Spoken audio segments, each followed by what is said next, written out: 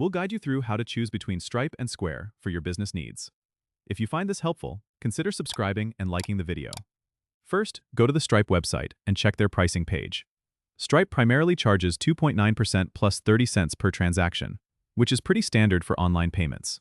Stripe is well known for its robust API and customization options. It's a great choice if you need a highly customizable payment solution and you have the resources to handle some programming.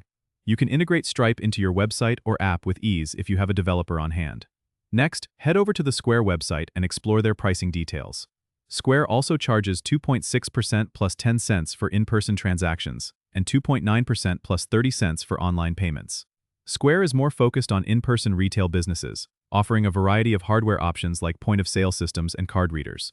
If you're running a brick-and-mortar store, Square might be your best bet. It also provides additional tools like inventory management and employee time tracking.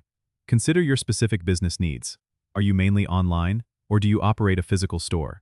If you need extensive customization and mainly handle online transactions, Stripe might be more suitable. If you need an all-in-one solution with hardware for in-person sales, Square could be the way to go.